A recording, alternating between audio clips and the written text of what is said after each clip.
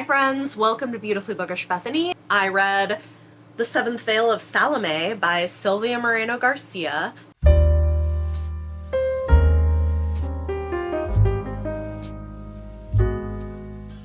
Y'all know I'm a sucker for Silvia Moreno-Garcia. I pretty much always have a good time with her books, and this was no different. I love it. I did take my time with it. It is a slower paced book. It took me like a month to read, and I read it in little bits and pieces in between other things. And I actually think that was a good choice, at least for me. I'm glad I didn't rush through it. I think I got more out of it. I enjoyed it more. And it's the kind of book that I think is maybe meant to not be read all at once. Personal opinion.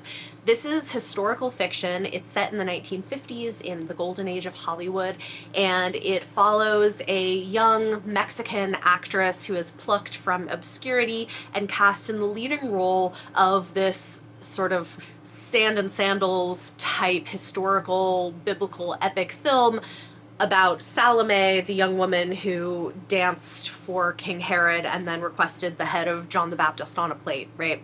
She's this like semi-historical figure. A lot of what we know about her is mythological. We don't know a whole lot about her necessarily historically, which I think is really interesting, that she has become such a, and this is in the author's note at the end too, that she's become such a significant character in art, in literature over the years, and yet there's not that much that we really know about her. And the way this book is structured is really interesting. I think it's going to bug some people. If you're looking for a straightforward narrative, it's not what it's going to give you.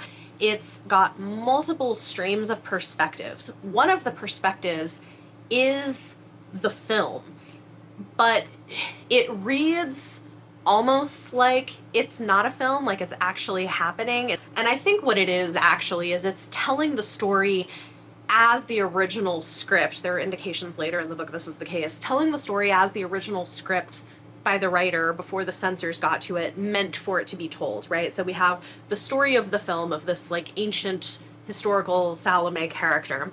We've got the perspective of our actress during that time. And then we have snippets of other side characters from different periods of time, which is really interesting. And they all kind of layer together to tell this story. And it is a story that is dealing with the realities of Hollywood, especially at this time, about racism and misogyny. And, you know, there's a jealousy element to it where there's like a racist white actress who has been passed over for this part, who thinks she should have it. It's great.